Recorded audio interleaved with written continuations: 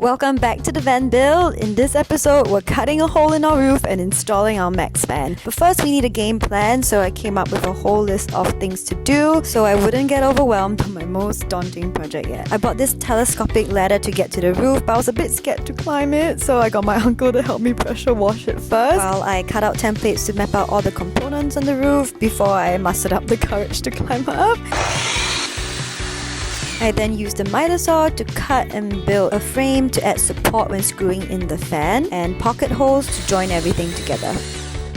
This was my first ever time using any of these tools, so of course I had to mess up. The frame was a bit slanted, so it couldn't fit, so I had to make some adjustments. With the frame done, I could start prepping the roof for the hole. I taped up this box to catch any metal shards that might cause rust down the road, and then it was up on the roof to draw out my cut lines. I made sure to measure like 10 times before finally drilling in my pilot holes, then checking in the vent to make sure I didn't hit anything. We're checking that off our to-do list, and now we're on to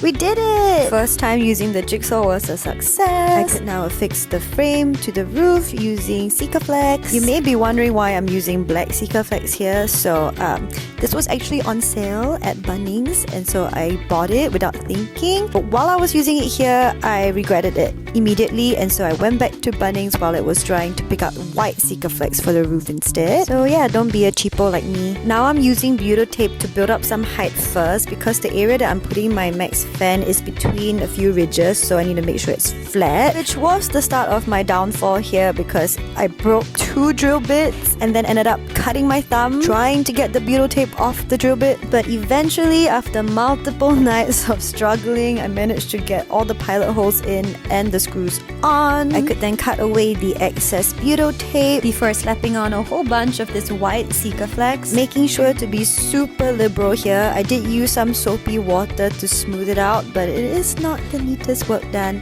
But hey, if it does the job. And honestly, at this point, I was just glad I was at the home stretch. The final step was to pop the fan onto the flange and screw it in. But because I hadn't actually built enough height with the butyl tape earlier, the holes weren't exactly aligned and the fan may be just slightly bent. But anyways, we are done. Please say you're proud of me. Bye!